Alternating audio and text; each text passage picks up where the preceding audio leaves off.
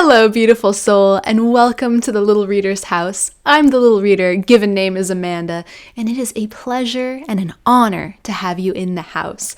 Today we have a lot of things in the house. We have this beautiful amethyst. Is it a cluster? Is that what it would be referred to as?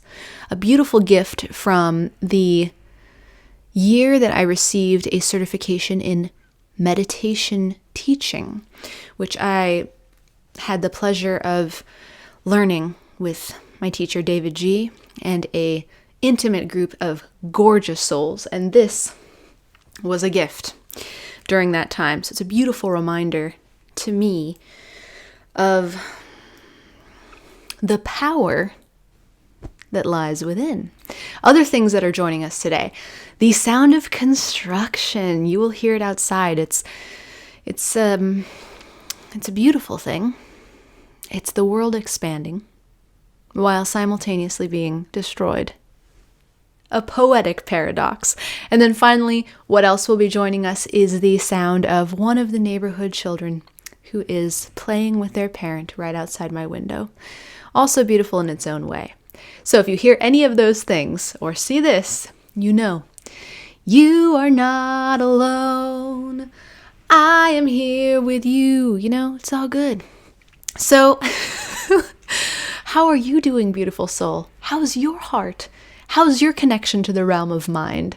How's your form? The many aspects of you. I'd love to know about it.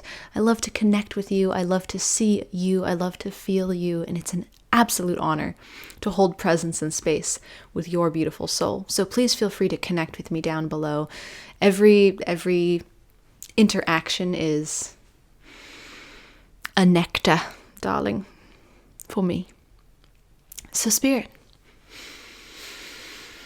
bring us home.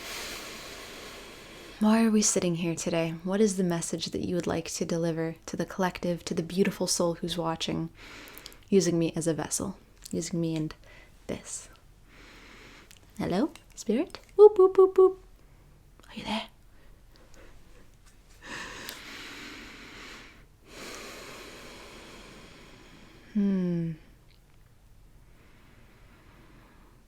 There's a line from a movie that my family and I watch every Christmas called The Santa Claus.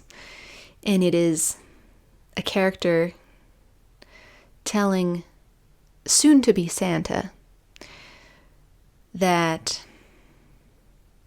seeing isn't believing. Believing is seeing. And Spirit's saying something very similar, which is being is seeing. And it's a reference to embodied awareness. For those beautiful souls who are looking for a miracle, who are awaiting a manifestation, who are this close, and we see this in the tarot community all the time, this close to seeing the embodied third dimensional presence of something that they have felt in the mental realm and in the heart realm for what feels like eons. It could be a specific thing. It could be a sort of an emotion. It could be anything. It could be a windfall, a change in life trajectory.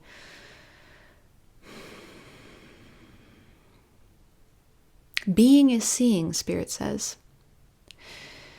And we've touched on this before in previous transmissions, but it evidently bears repeating, which is that being cannot be forced. Neither you nor I, beautiful soul, can force ourselves into being either with the present moment or being the present moment, into surrender or acceptance, or into a quote-unquote higher state, a higher frequency. And yet so many of us do. So many of us expend so much energy to attempt to force ourselves away, force ourselves out of the unwanted, the undesired, whether that's this moment or an emotional state. It's like, I don't want to see it. I don't want to feel it. No thanks. And we may even mask that as excitement, anticipation. Like, oh, it's not that I don't want to be here. It's just that I'd so much rather be there. And Spirit's like, hey, baby boo. That's the same thing. You'd much rather be there is equal to don't want to be here. This is my second choice reality.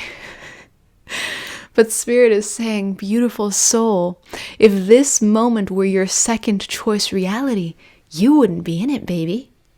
This moment, this sacred, holy moment, is your soul's first choice reality.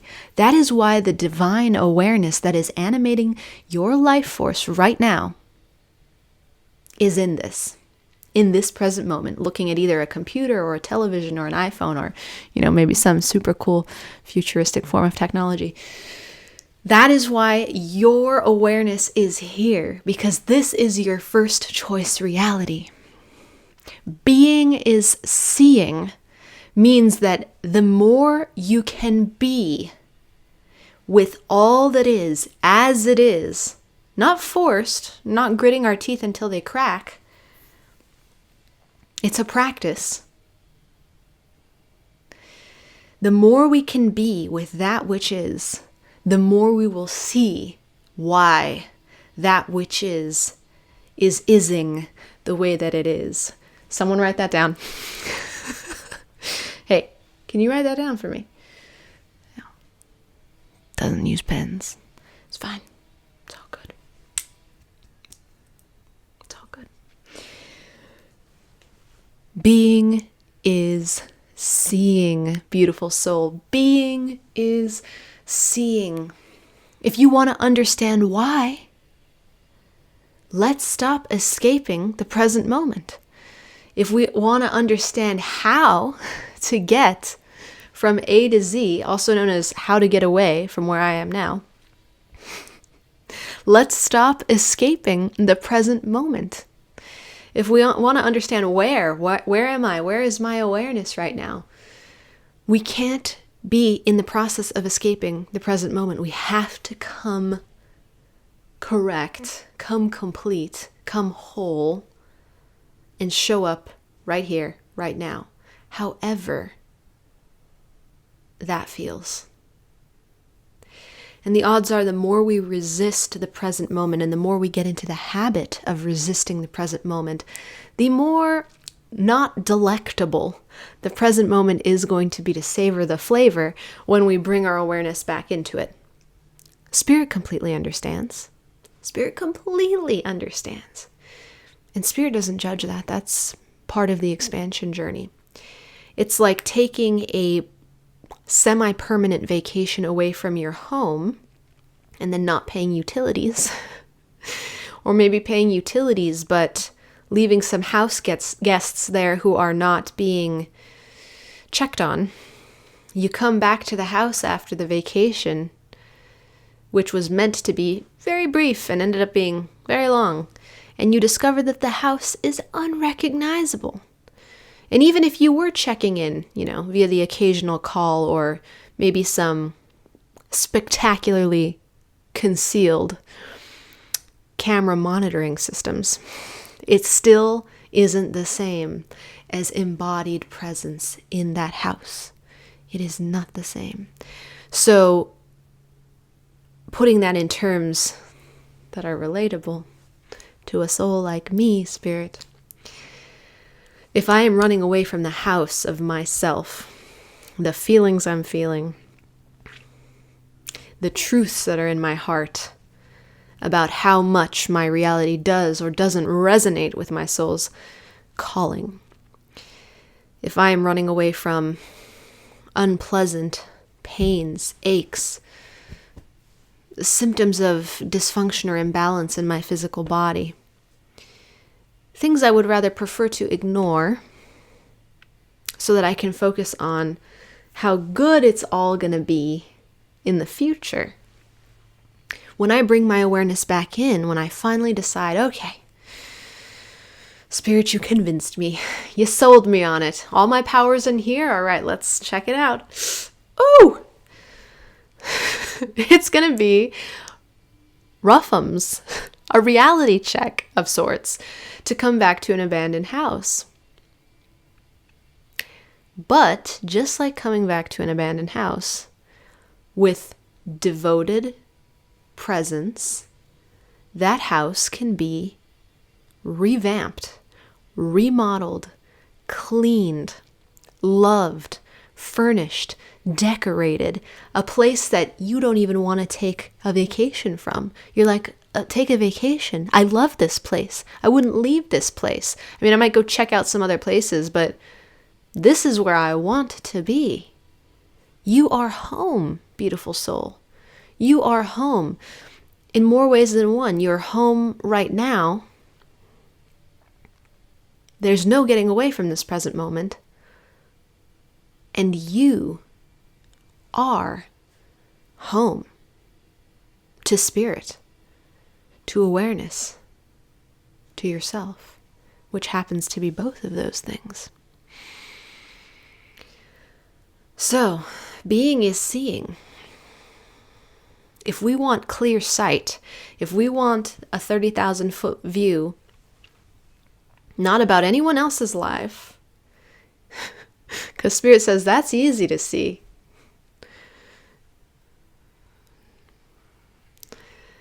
About our own. If we want to see from top to bottom the truth of our soul's calling, the explanation for the obstacles that seem to stand in our way, the reason for the delays in getting what we want so much, the reason why it's been difficult to escape ourselves. If we want to see, if we want clear sight, objective sight, then we must be. This is not a fake it till you make it situation, beautiful soul. It turns out we can fake just about anything in the external world, except our heart's truth.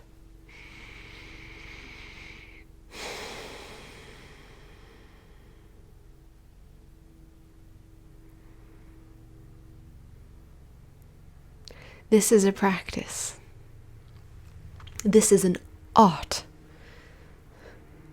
This is a plane.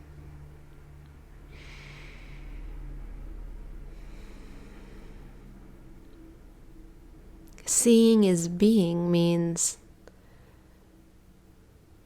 when we can settle down,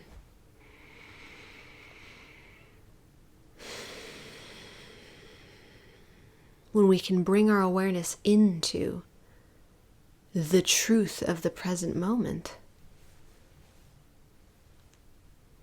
then we are granted the gift of clear sight. And it is the clear sight that truly will allow us to move in the direction of our soul's calling. It turns out escapism was never the answer for alignment. Dang it.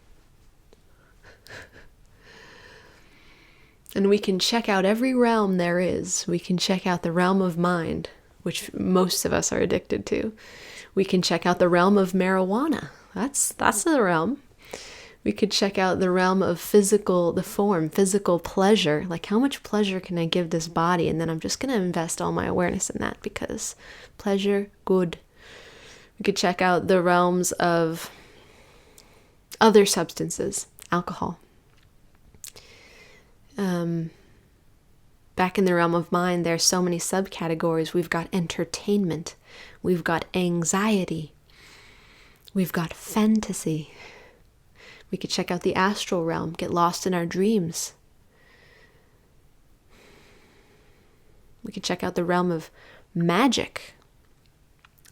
We can stay there, trying to manifest, trying to use occult knowledge to manipulate our external environment. We can bop around to all the realms in the universe, and I've just named about 0.25 percentage points of the options. But if we never check in with the realm of the heart, we're never going to see truth.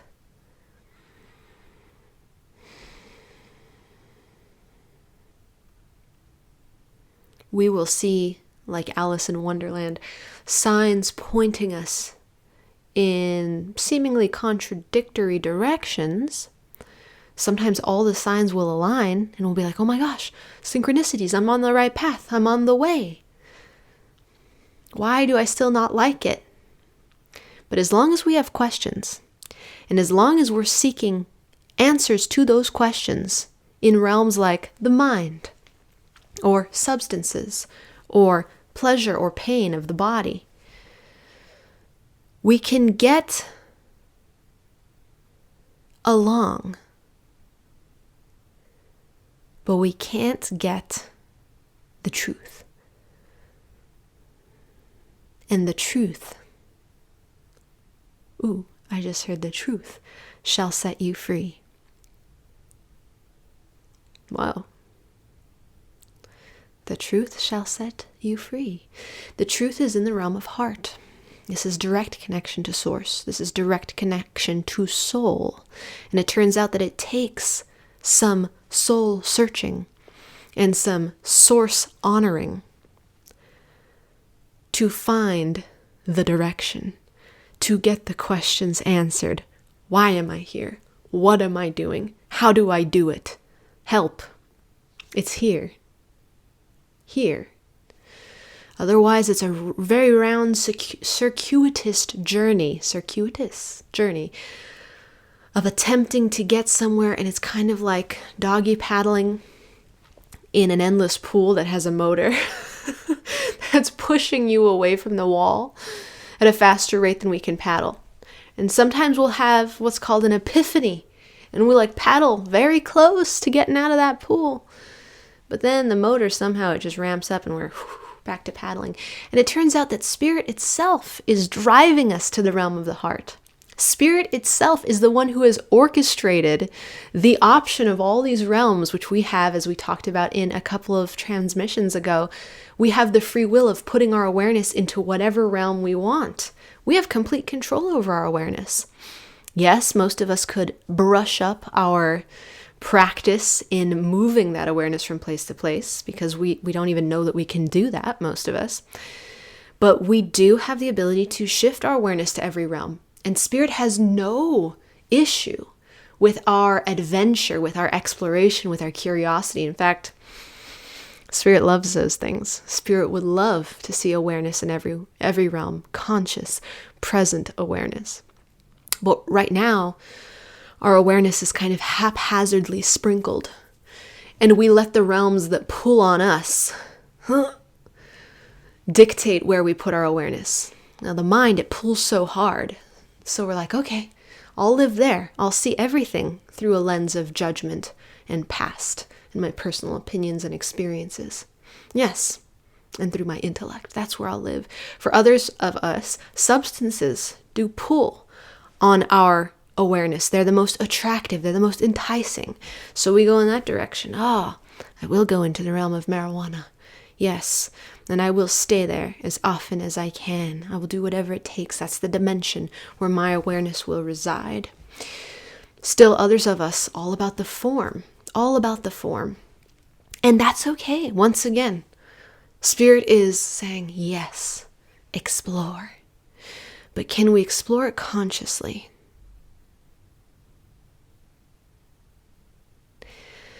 Can we explore these realms knowing that we are the witness, and that simply being is seeing? When we take our sojourn into the mind, can we do it consciously? Can we choose when we enter the realm of mind, how we use that tool, and then bring ourselves back to the realm of heart? Oh, absolutely. Can we choose when we enter the realm of a substance? And we go there consciously. And we know that we're the witness. And we're content in the being. And then when we're done there, we return to the realm of heart. Can we do that? Absolutely. We are permitted to explore every single realm. But the quality of the awareness that we bring and the level of presence and consciousness that we infuse into that exploration makes all the difference to what we get out, to what we bring home, to what we understand, and to how we leave our realm of heart, our center, our core, our soul's purpose when we're disconnected from it. And Spirit would have me communicate now that there are ways to hold awareness in multiple realms simultaneously. There are ways to remain connected to the heart, even as we traverse the realm of mind, even as we traverse the realm of marijuana, even as we traverse whatever realm we're interested in exploring, the realm of form. Simultaneity, we are infinite. Our awareness is infinitely expanding. And the more conscious it is, and the more controlled, lovingly practiced, lovingly known it is, the more liberty we have to deposit that awareness into multiple realms simultaneously and never abandon our heart in the process. On the contrary, when we stay present in the heart, even as we visit other realms, we're depositing some of our magic in each of those realms, leaving a trailblazing, pioneering path for others to follow so that when they get there, they're reminded, oh, bring your heart with you. And then they're pointed back to themselves. Beautiful soul, you are an infinitely powerful light. You are awareness itself. So if you're looking to see a miracle, and you're looking to see a dream come true, or you're just looking to see answers to your whys, being is seeing. So choose to be. Be here now. I believe there's a book by that title. Might be worth checking out.